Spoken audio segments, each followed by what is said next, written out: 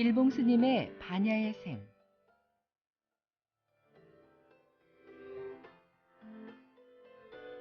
부처님의 위없는 지혜를 배워보는 이 시간, 말씀의 조치원 관음산 자비정사 주지 일봉 스님입니다.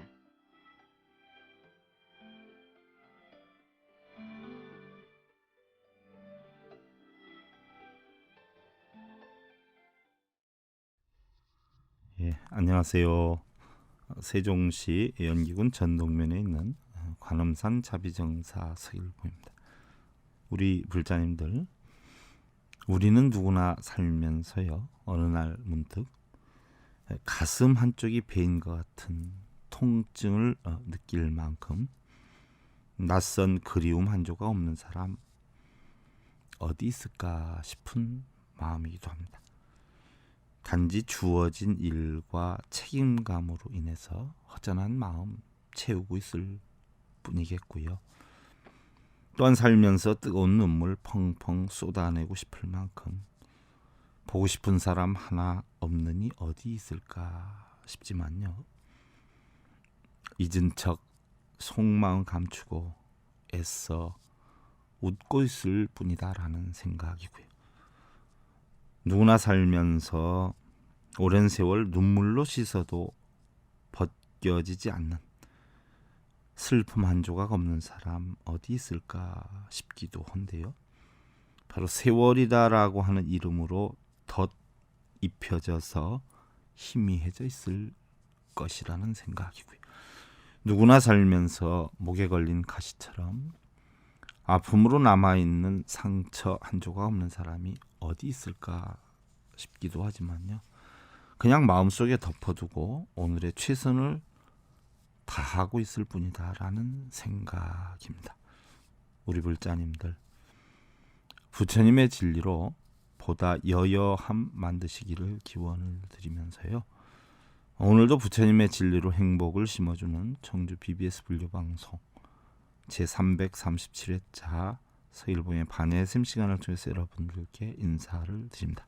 관음산 자비정사 서일봉입니다. 오늘은 여러분들 천수경 87번째 시간인데요.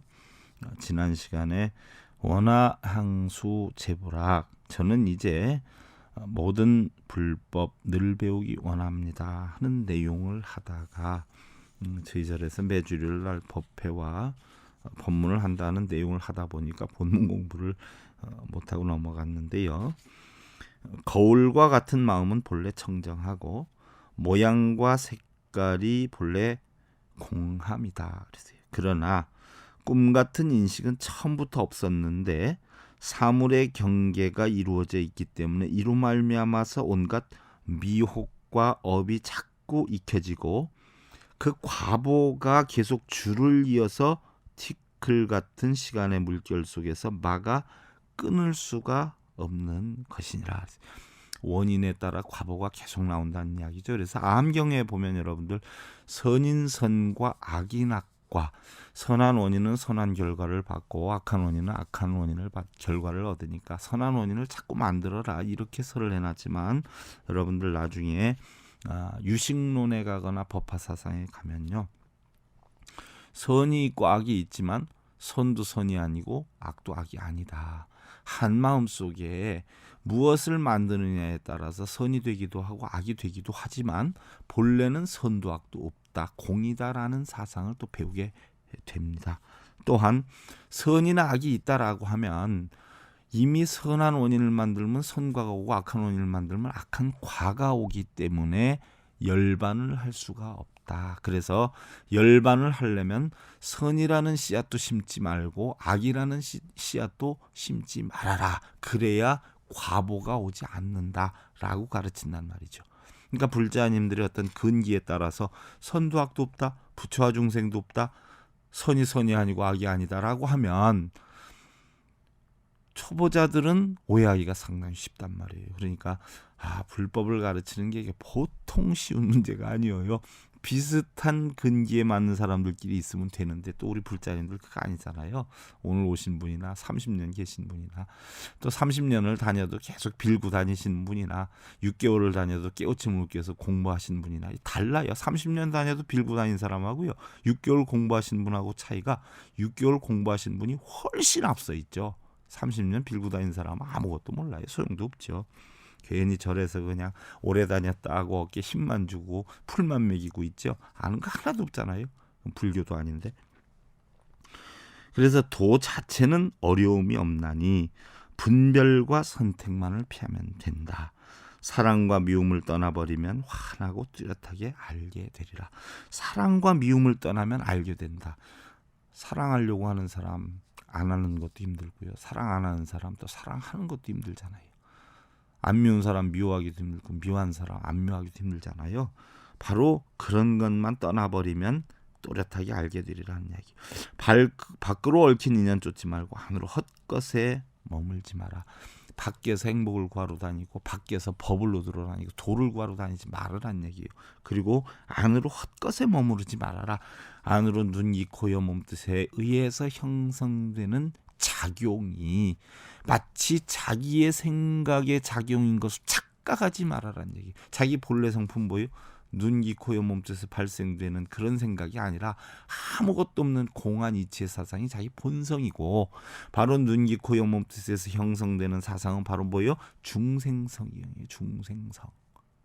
오치 온의 성품이란 말이죠.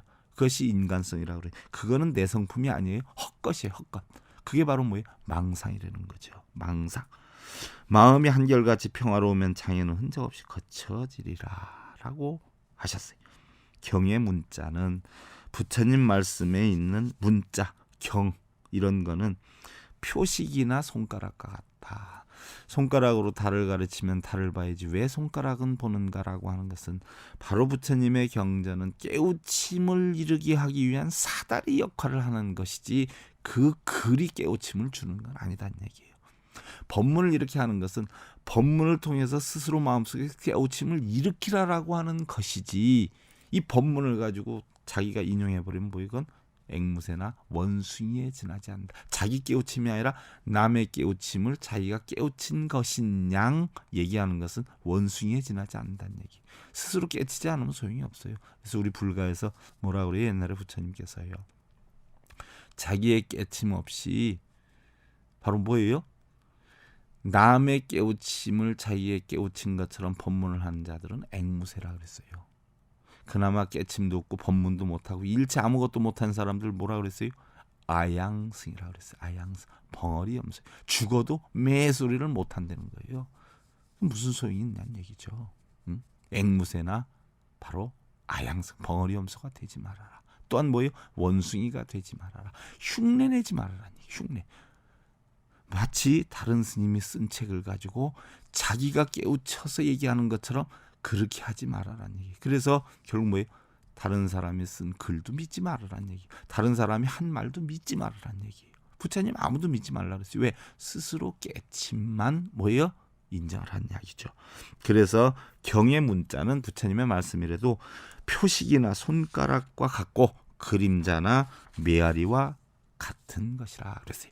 표식을 의지해서 사물을 취하고 손가락을 의지해서 달을 보는 것이니 달은 손가락이 아니고 표식은 사물이 아닌 것이다. 고로 경문을 의지해서 법을 취하는 것이니 경은 법이 아닌 것이다 하는 얘기예요. 바로 말을 한다고 그 말을 뭐요? 받아들이는 거 아니잖아요. 그래서 불법은 줄래야 줄 수도 없고 준다고 주는 것도 아니고 받을래야 받을 수도 없고 받는다고 받는 게 아니에요. 이렇게 말을 하고 전하고 글을 보고 해서 각자의 마음 속에서 뭐예요? 깨달음이 피어나야지요. 그게 법이에요. 그게.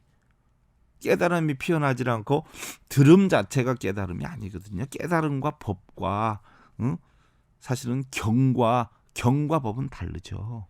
그래서 바로 경문을 의지해서 법을 취하는 것이기 때문에 경은 법이 아니다. 경문은 육안으로 볼 수는 있지만 법은 해안이라야 볼 수가 있다. 그죠? 깨우침은 마음에서 보는 거예요. 글로 보는 게 아니란 말이죠. 그래서 옛날에 여러분들 큰 스님들이 뭐라 그래요? 뜰 앞에 잣나무니라. 도가 뭡니까? 개똥막대기니라. 그랬어요. 왜요? 말로 표현할 수가 없고 글로 표현할 수가 없기 때문에 바로 개똥막대기다. 뜰 앞에 잣나무다. 그랬어요. 마침 그 큰 스님께서 뜰 앞을 딱 보는데 소나무가 있었다면 어떻게 돼? 뜰 앞에 소나무니라 이랬을 거예요. 개똥막대기가 아니라 지게작대기가 있었으면 도가 뭡니까? 저 지게작대기니라 이렇게 했을 거예요. 어떻게 해요? 말이나 글로써 표현할 수 없는 것이다. 이런 뜻이 되는 것이죠. 그래서 법이라는 것은 해안이라야 볼 수가 있다. 해안이 없는 자는 그 경만 보고 법을 보지 못하고 혹여 그 법을 보지 못한다면 부처님의 뜻을 알지 못함이고 그러니까 우리 불자들 법을 못 보니까 맨날 뭐예요? 독경만 하고 앉았잖아요. 사경만 하고 있잖아요. 법을 보진 못하고 글만 쓰고 있어요. 앵무새처럼 원숭이처럼. 그렇지 않아요? 그것만 쓰고 있어요. 그러니 법을 못 보는 거예요. 바로 경만 보고 법을 보지 못하고 이 얘기거든요. 혹여 그 법을 보지 못한다면 부처님의 뜻을 알지 못함이고 법을 보지 못하니까 부처님의 뜻을 모르죠. 아무리 독경사경 많이 하고 금강경을 10분 내에 달달달달 외운들 무슨 소용이 있는 거예요. 법을 못 보는데 글은 잘 보죠. 글자는 잘 봅니다. 기억력이 좋아가지고 외우긴 잘합니다. 그러나 법을 하나도 볼 줄 없으면 뭐예요?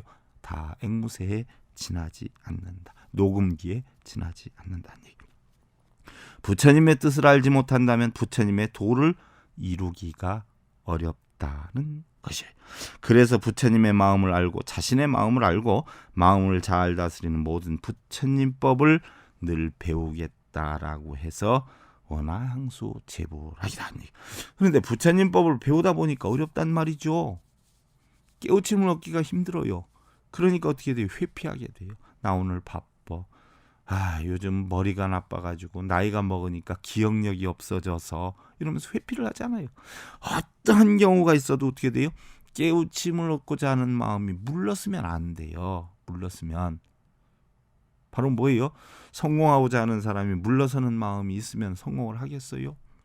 이번에 금메달 딴 이상화 씨 한번 보세요. 물러서는 마음이 있으면 2연패를 했는데 할 수 있었겠느냐는 얘기예요. 노력이라고 하는 건요. 마음의 장난으로 되는 거 아니에요. 성철 큰 스님 뭐라 그랬어요 옛날에. 따님하고 그 도반이 같이 와서 요즘 어떻게 잘 지내나 공부는 하느냐 그랬더니 예 노력 많이 하고 있습니다 그랬더니 막 욕하시잖아요. 주정자로 막 두드려 패니까 도망갔잖아요. 왜 그랬어요? 노력했다 소리 해서.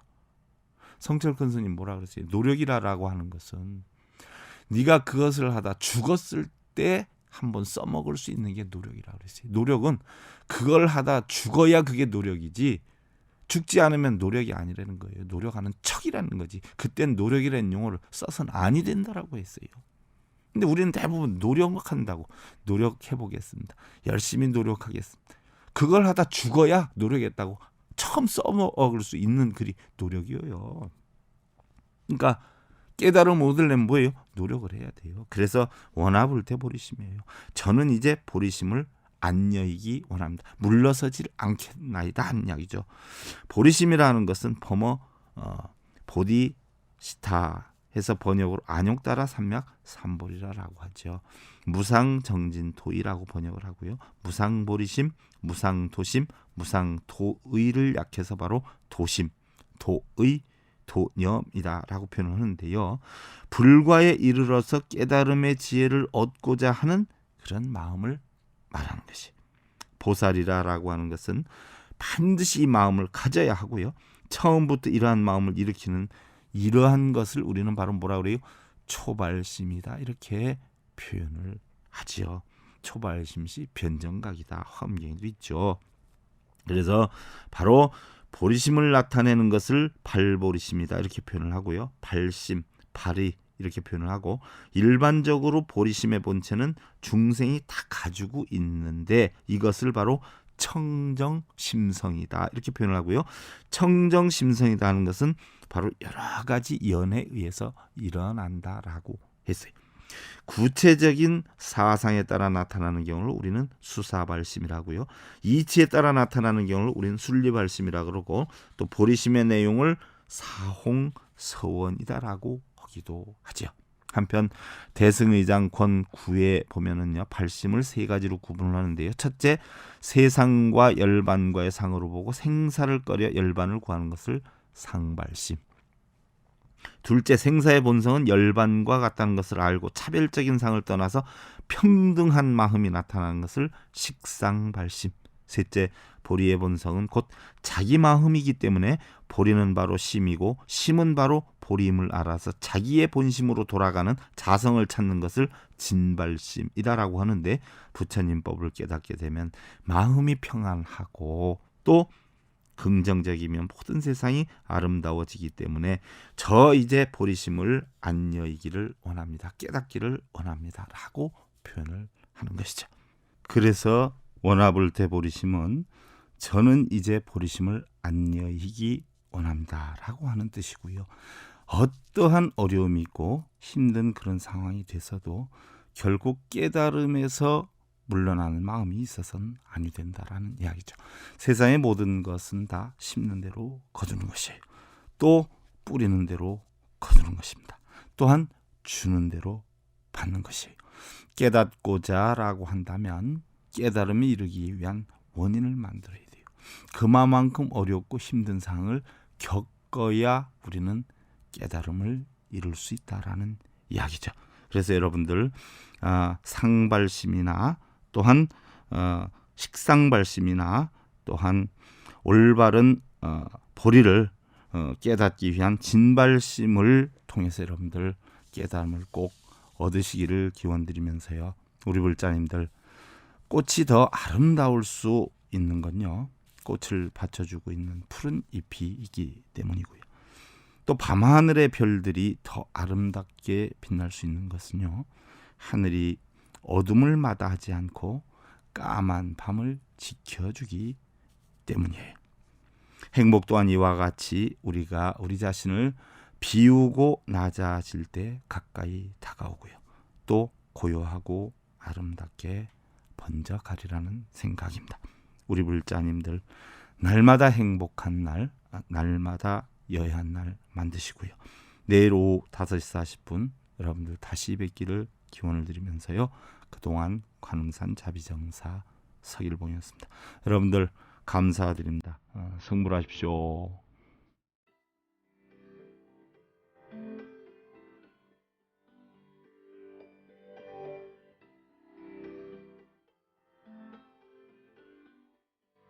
지금까지 조치원 관음산 자비정사 일봉스님의 반야의 샘 함께 하셨습니다.